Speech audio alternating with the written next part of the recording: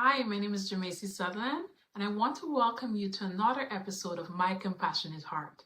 I've had the pleasure of working alongside our guest speaker for today, Dr. Alfonso Fasano. Dr. Fasano is the professor of neurology and the head of neurology at IRCCS Humanitas Research Hospital in Milan, Italy. He is also professor of the Department of Medicine, Division of Neurology at the University of Toronto. He's a staff neurologist at Toronto Western Hospital and the Hospital for Sick Children. Dr. Fasano leads the Core E closed-loop capabilities of the Center for Advanced Neurotechnological Innovation to application called Crania, and sits in the Scientific Advisory Board of the International Essential Tremor Foundation. He's the co-chair of the Normal Pressure Hydrocephalus Study Group and the Tremor Study Group of the International Parkinson's Movement Disorder Society. Dr. Fasano received his medical degree and a PhD in neuroscience from the Catholic University of Rome. Just this year, he completed the Executive Education Program in Managing Health Care Delivery at Harvard Business School in Boston. His main areas of interest are the treatment of movement disorders with advanced technologies such as infusion pumps and neuromodulation, pathophysiology, and the treatment of tremor and gait disorders. Dr. Fasano has authored more than 500 scientific papers and book chapters.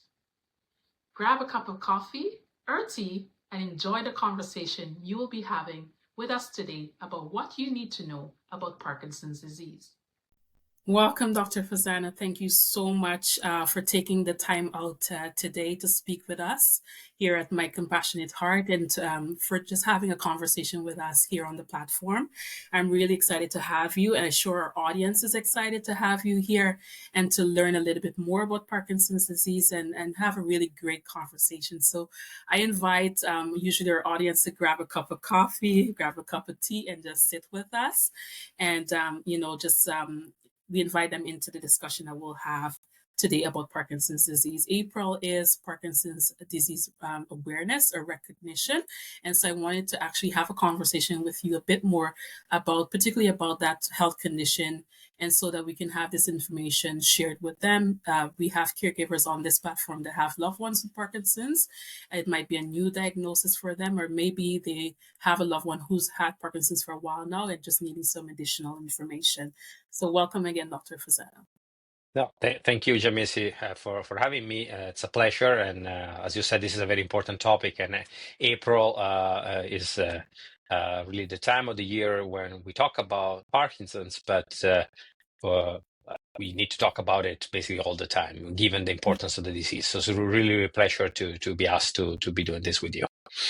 Awesome. Thank you so much. So I think where we can start our conversation for today, perhaps we can speak about what is Parkinson's disease and what are the key symptoms individuals can present with.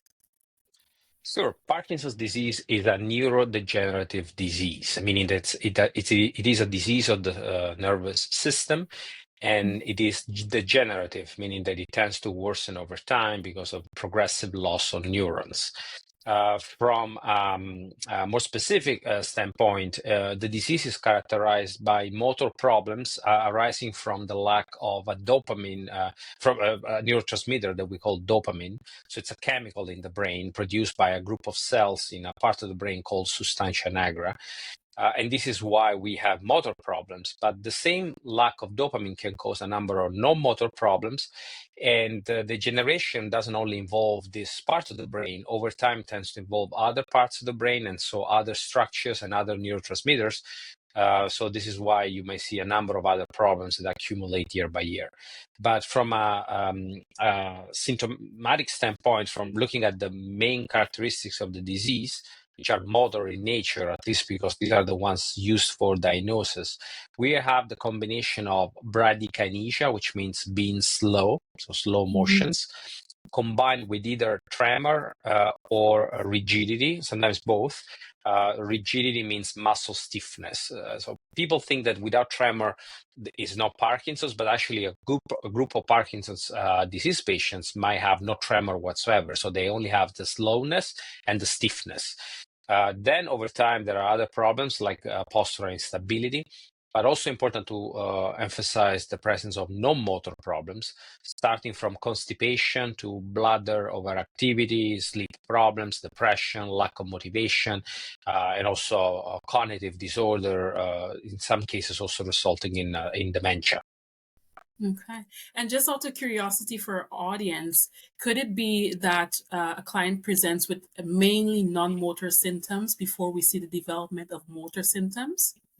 Absolutely. And as I indicated earlier, we use the motor problems, the motor issues to diagnose the disease. So the diagnosis is based on clinical features, and these features need to be clinical and motor in nature. The most important one is the motor slowness.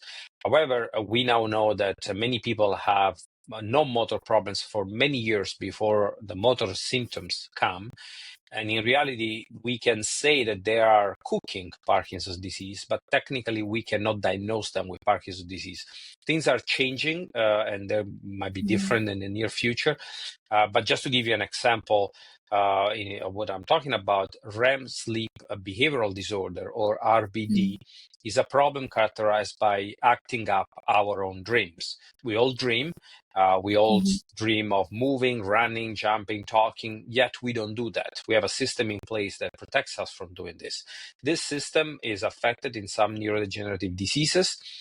So people all of a sudden start acting up their dreams. And this might be a very early sign of Parkinson's. In some people, the Parkinson's itself can be diagnosed and visible 10, 15 years later. And just to kind of move along our discussion, what are some of the factors that can contribute to the development of Parkinson's? Is it primarily genetic, environmental, or is it a mix of both? Yeah, the shorter answer is that it's a mix of both. But the most important point to make here is that Parkinson's disease doesn't exist. It is a syndrome, indicating that it is a collection of symptoms and signs with different causes. So we call it Parkinson's disease because it will be too difficult to explain what we're talking about. Also because sometimes we don't know what we're talking about. But there are many reasons people might develop what we label as Parkinson's disease. They can be primarily genetic, especially in young onset conditions. So some people might have the disease when in their late 20s, for example, or for sure before age 40. And we know that the earlier the age at onset, the stronger the contribution of some genes. And we know a dozen of genes that can cause Parkinson's. The later the onset of the disease, the more the effect of environmental factors, from pollution to some chemicals used in agriculture. There are a few other conditions that have been considered to be causing or protecting from the development of the disease. And then there is a combination of both genetics and environmental factors that probably represent the majority of cases of Parkinson's. So in other words, someone might have a predisposition genetically determined to be more sensitive to a particular environmental factor. And when that environmental factor is met, then the person develops the disease. Okay.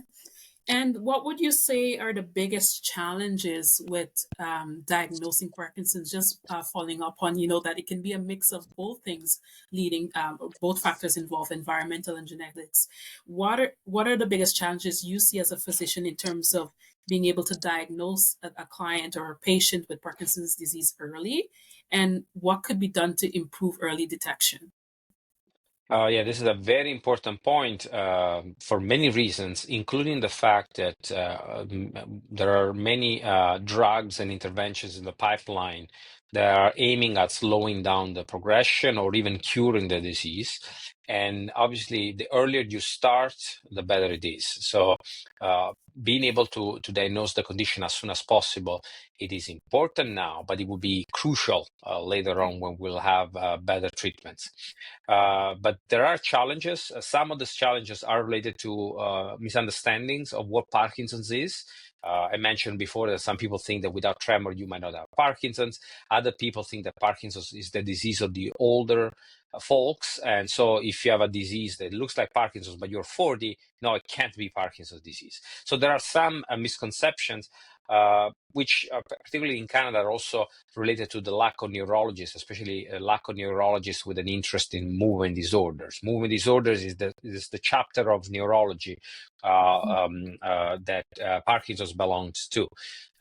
So there are challenges in terms of awareness, but also in case of awareness, there are problems sometimes because the disease might be too slow and you may also only see a glimpse of what might be Parkinson's disease. For example, RBD mentioned before with some slowness, maybe not, or some depression with some slowness, and depression per se can cause slowness and it's not necessarily Parkinson's disease.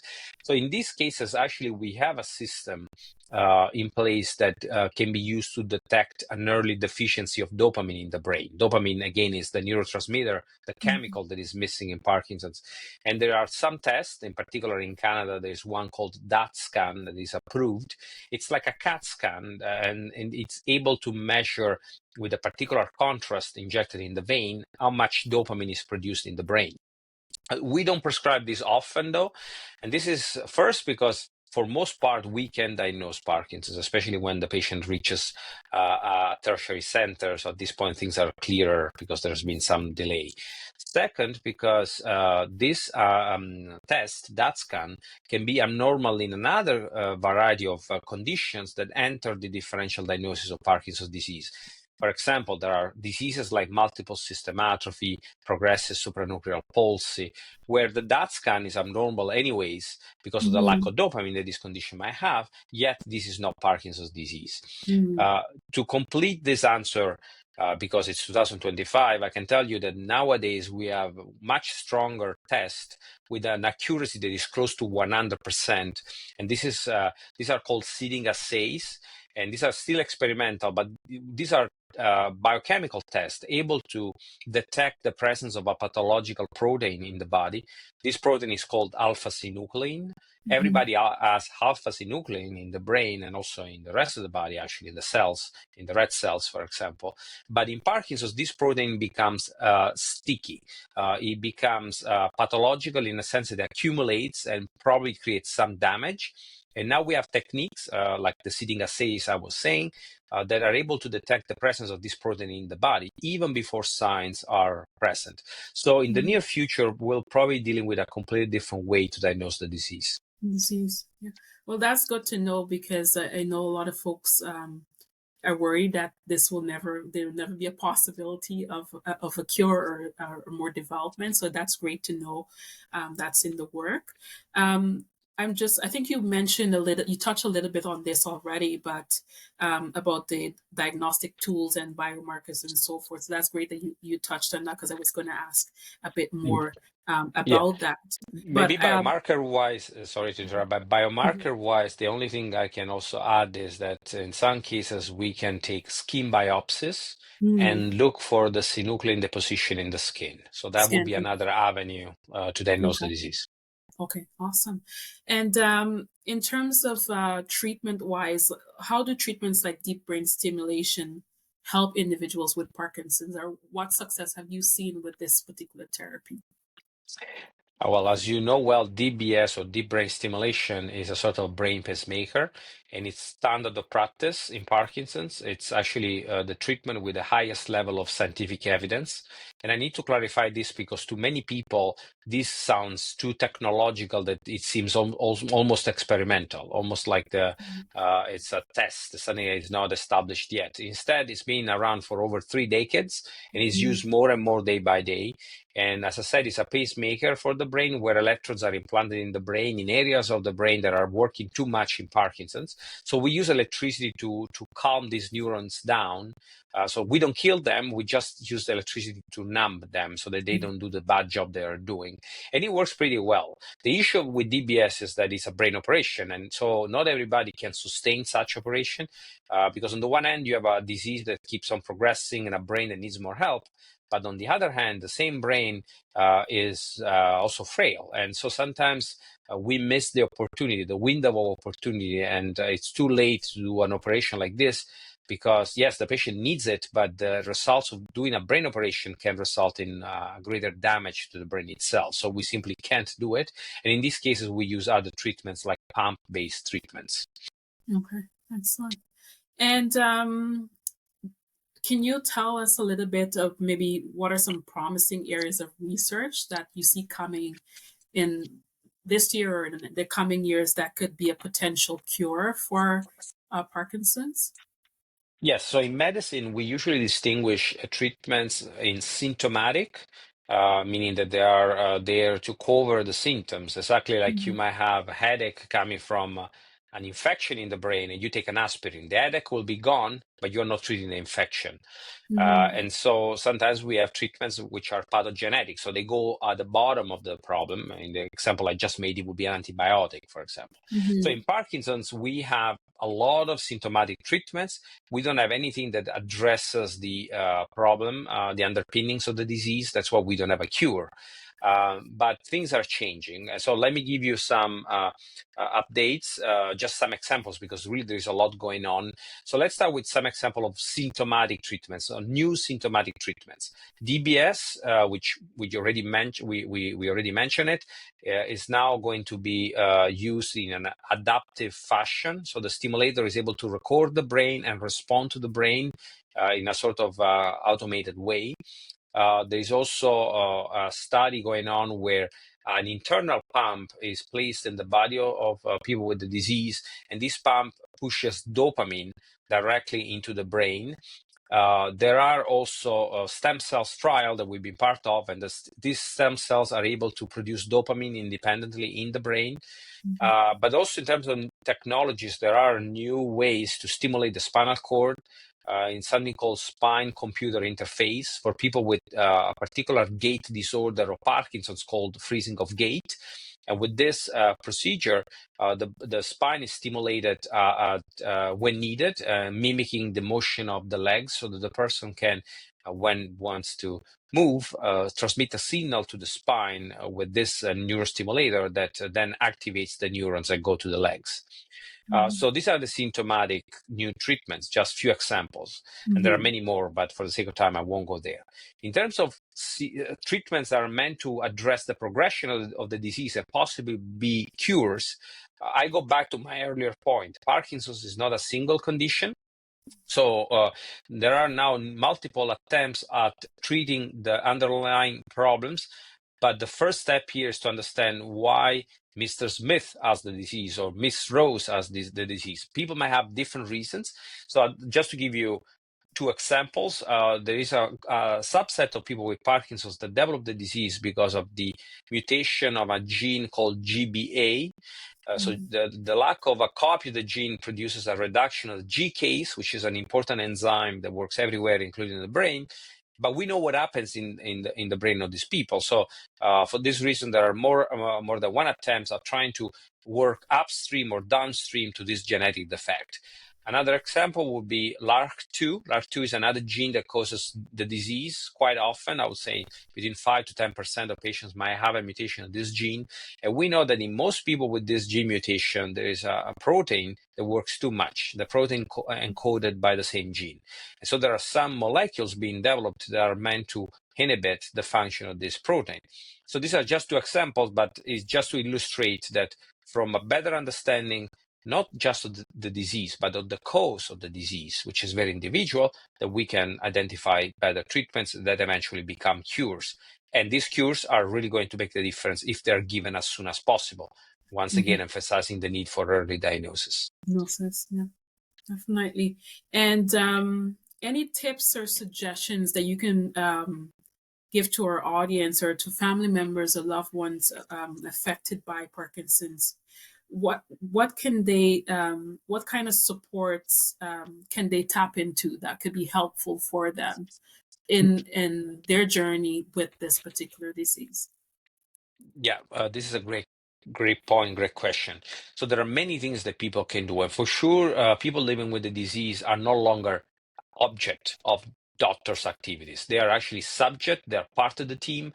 So the first thing is to be really in charge of your own health, educate Mhm. yourself, being active. It's actually been shown that aerobic exercise, so even simply walking, especially if you're done for at least 1 kilometer a day, can reduce the progression of the disease, the occurrence of the dementia, and even to some extent have an effect on the neurodegeneration itself. So in a way, physical activity already is symptomatic, more than a symptomatic treatment. It's almost closer to a cure. Mhm. Number one. Number two, motivation, which obviously has to do with being engaged, educating, and being part of the team in charge of your own health, and therefore also exercising comes from motivation. But it's not just that. For example, we will never do DBS or any other very technological treatments if the person is not really interested in getting better, if it's not an active part of their or their own care. But also communicating with the family, with friends. There's nothing to be ashamed of. Some people try to hide the disease, and this also only causes more stress. And also reach out to Parkinson's associations, so patients associations like Parkinson's Canada. There are many local ones. Discuss with people suffering from your own same problems and fear, and you will see that when you do that, part of the stigma related to the disease, oh my God, I'll be on a wheelchair, oh my God, I'll die in 5 years, or stuff like that, are gone. Actually, I've been doing more and more activities with patients and patients advocates, exactly Mhm. to increase the awareness, not just on the disease, but on the fact that once you're diagnosed, it's not the end of your life. And actually, you can still do a lot. You can contribute. You can do even more than you were doing before you were diagnosed. So never give up, and important to do all I said. And this is probably even more important than taking drugs. Mhm. Yeah, and those are excellent suggestions. I guess our last and our closing question that I have for you: what has inspired you to pursue this field of study, and how do you see yourself impacting future studies or work towards a cure for Parkinson's disease? Oh, wow, this is a very difficult question. So, first of all, I got into this because when I was a student, I saw a DBS patient. So I started. I was a medical student, and I decided to do neurology exactly because I wanted to do deep brain stimulation, which is what I do. And in doing so, I had to deal with movement disorders and therefore Parkinson's disease. This is how I started. But then along the way, I learned how rewarding treating people with Parkinson's disease can be, and also how interesting the field is and how fast evolving it is. Also, to bear in mind, unfortunately, that the disease is becoming the most common neurodegenerative disease very soon. So the prevalence of the disease is increasing because people live longer. Mhm. So we will need to really train a lot of neurologists. And when I realized that, I said, okay, I chose the right career for myself. And in terms of what I'm going to do in the future, for sure, I'm going to invest even more time in those signs and problems that at the moment don't have a good treatment. Speech disorder, balance problems, walking issues. These are very close to my heart. I've been always investigating them, and more I want to do that. Right now, for example, at Toronto Western, we received funding from the Michael J. Fox Foundation to do a study that involves brain-computer interface. So a chip that we place into the cortex of people with Parkinson's and gait disorder, trying to see whether stimulating the cortex directly, so the upper layer of the brain, is able to improve walking. Because so far, not all the time, but unfortunately, especially with disease progression, we don't have good solutions for gait and balance diseases. Well, thank you so much, Dr. Fasano, again for your time and just so much insight that you've given in this short conversation with us this afternoon. And we look forward to having another opportunity to speak again at length, just discussing more about the disease and new development. But again, thank you so much for your time. I'm sure our audience really appreciates it. And at this point, we'll be in touch and we'll continue to communicate and learn more developments as time goes on. But again, thank you so much for being with us this afternoon. Thanks for the opportunity, and thanks to the listener for tuning in. And of course, anytime you need me, I'll be happy to have a chat with you. Always a pleasure.